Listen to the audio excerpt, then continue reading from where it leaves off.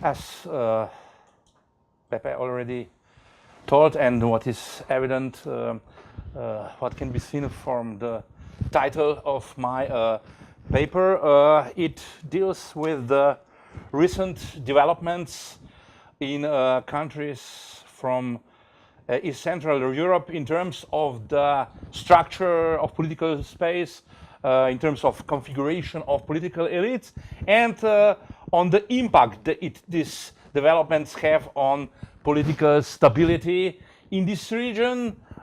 In this respect, it discusses the consensus, the strength or the level of consensus between within political elite, and which is supposed to be the precondition for the so-called elite settlement, is perceived to be a precondition for establishment and sustained maintenance of kind of stabilized democracy. What are main arguments here? First of all, that I argued that the political space in the new democracies from this region, from so-called East Central Europe, become destabilized in the last couple of years, and we have here a situation that the party constellation does not match, in fact, the ones that is usually in place in older, or let's say more established democracies. And of course, these developments are related to different factors, especially to the increased polarization, ideological polarization within the circles of political elites.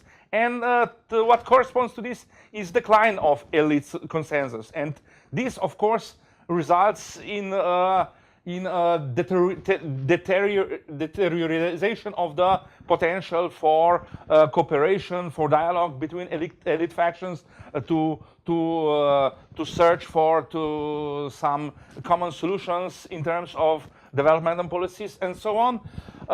The relation of elites with democracy is quite let's just say controversial issue in political and social theory. There are theories like different versions of Marxism. They see elites as something, and their role something that is problematic, that is detrimental to development of democracies. This curtails the participation of people, hinders exercise of control over power holders, etc. While on the other side, we have this, let's say, elite democratic theory, or theory of democratic elitism, that sees elites as agents of development of democracy, as was, for example, defined by Best and Higley, that elites are kind of democracy's guardians. Without them,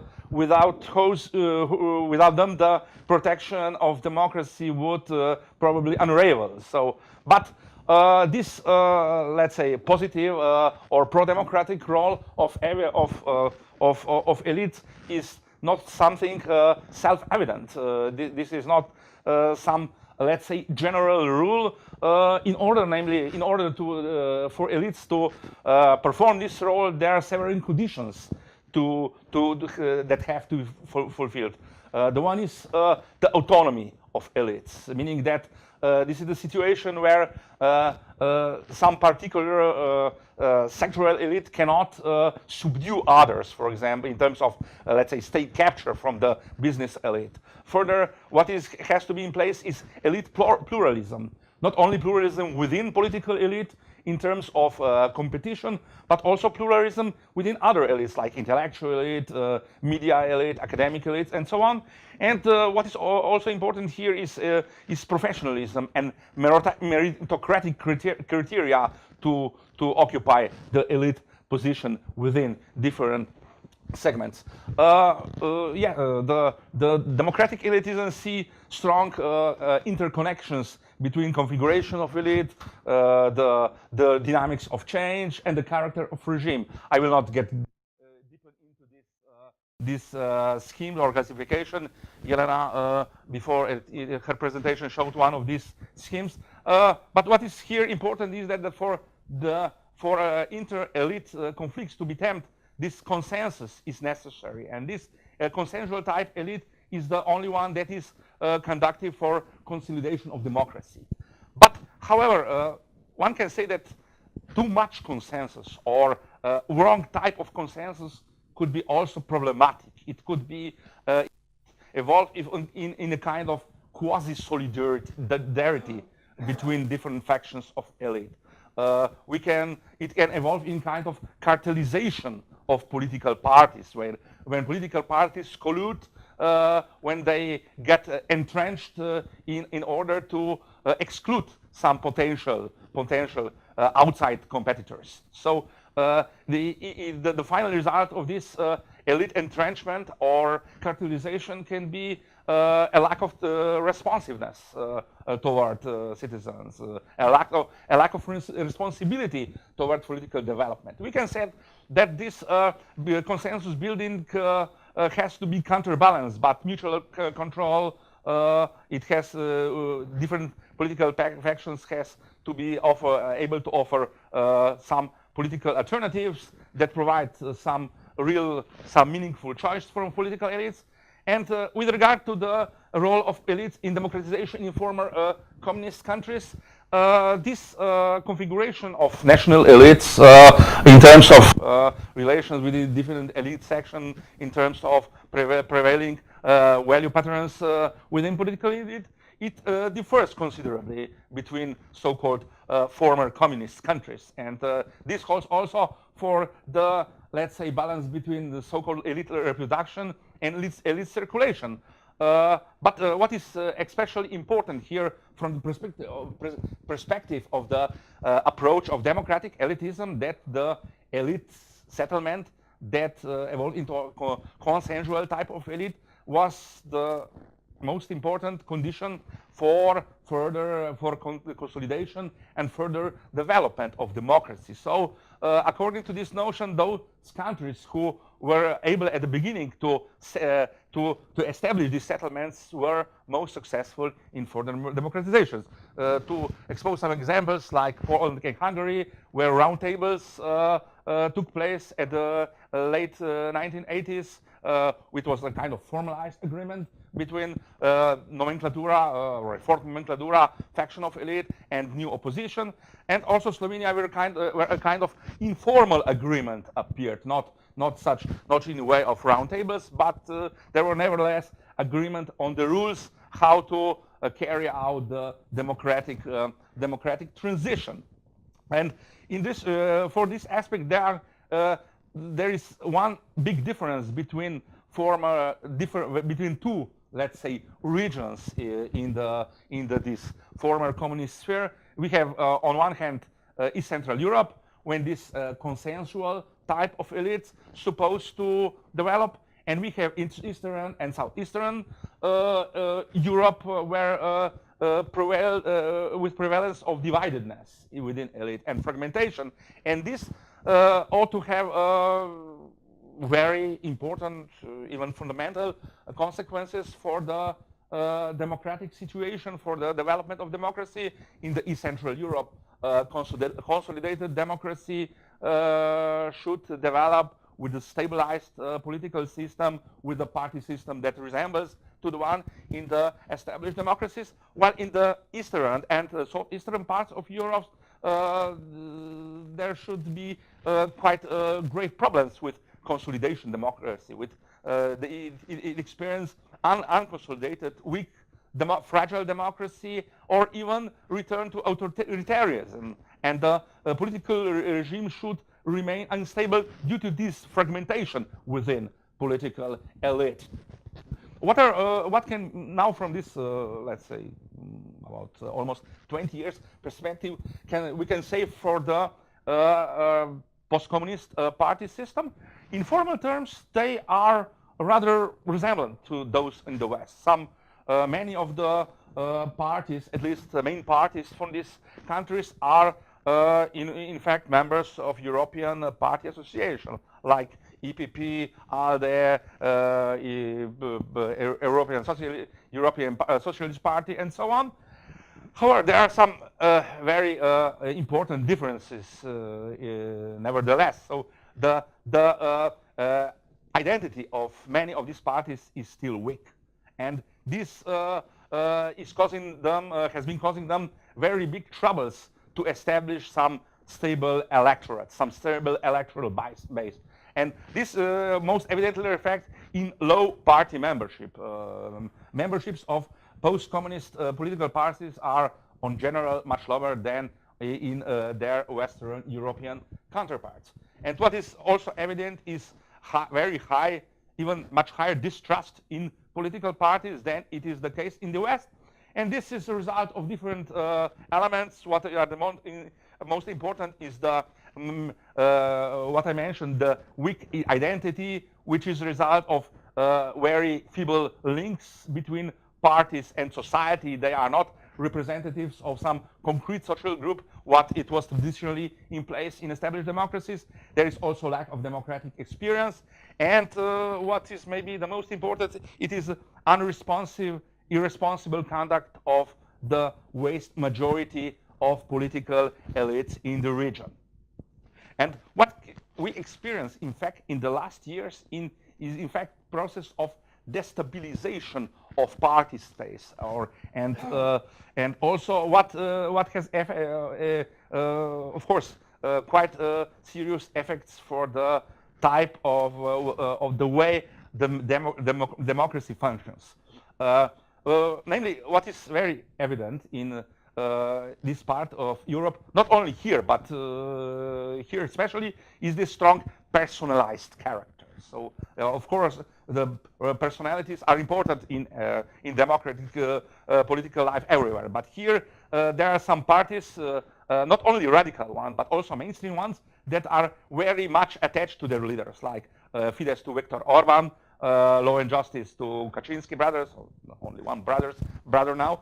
And there we also have this rise of so-called personalized type of political parties, which are not exclusive in this region, but here are more predominant. The parties that are in the West perceived as so-called niche parties are here, in fact, mainstream. I mean, the parties who lack some coherent ideology, who lack coherent political platform, which are strongly personalized, as I said, and who often build their campaigns on non-ideological or even non-political platforms. There are people who present themselves as non-politicians, like Andrej Babiš, the leader of ANO 2011 in Czech Republic, or Miro Cerar in Slovenia, who even named his party after himself before the 2014 election. He established a party called Party Miro Cerar,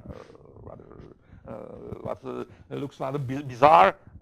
Maybe it could look rather bizarre, but it was very effective. He won landslide at these elections. So, but the problem here is that these personalized political parties can be very effective in the short term, can easily gain success, gain support.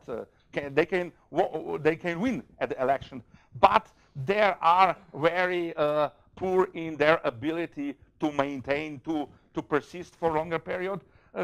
Usually they quite shortly become marginalized or even disappear from political scene. For example, in Slovenia, the party who win the election, who in relative terms win the elections 2011, it disappeared, in fact, actually, after 5 and more years. So, and of course, this results in very profound, very evident political volatility, and it is coupled with the consolidation of party space.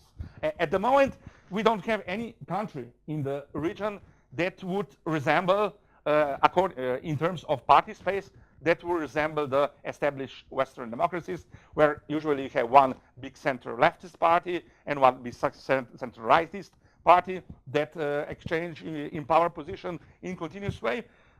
This is not the case in these parties in the countries from this region. it used to be the situation in Czech Republic when we have Social Democratic Party on the left side and the Civil Democratic Party, I think this is the right name, at the right party, at the right pole, but the later strongly deteriorated in the last couple of years. So it was in fact replaced, for this in quotes, by this anno 2011, which is party whose ideological profile is very unclear, to put this in mild terms. In other countries, we have either total destruction of the left, disappearance of leftist parties, like in Poland, or their marginalization, or as in Hungary, for example. So the political picture in terms of ideological constellation is very much different than in established Western democracies. So one of the main features that remained through this period is the strong and even increasing ideological polarization. So these left light divisions are still very strong, and these are usually rooted in cultural issues, not economic issues, like attitudes toward past, toward communism period, attitude toward church, and so on. And what is also very evident, we discussed this much yesterday, is the rise of populism, which is again not limited to the region, but here has quite problematic effects in terms of reverting to some kind of at least semi-authoritarian practice, like exerting control over media by the hands of ruling parties, undermining the judiciary and the principles of the rule of law, and so on. And of course, this anti-elitist and anti-European, usually populism, it could be, of course, perceived as kind of revolt of the masses against the detached, unresponsive elites. This is something that cannot strengthen the institution, but vice versa, it can, in fact, undermine them. So, but what can be also seen here, that this trends, this development, this destabilization is not so much effect of crisis than some internal factors. This effect of crisis is at best indirect. You have countries like Poland that performed very well during the crisis, but nevertheless the mainstream party that ruled at that period experienced crushing defeat at the last election. It was replaced by much more populist competitor. And for conclusion, regarding these just described developments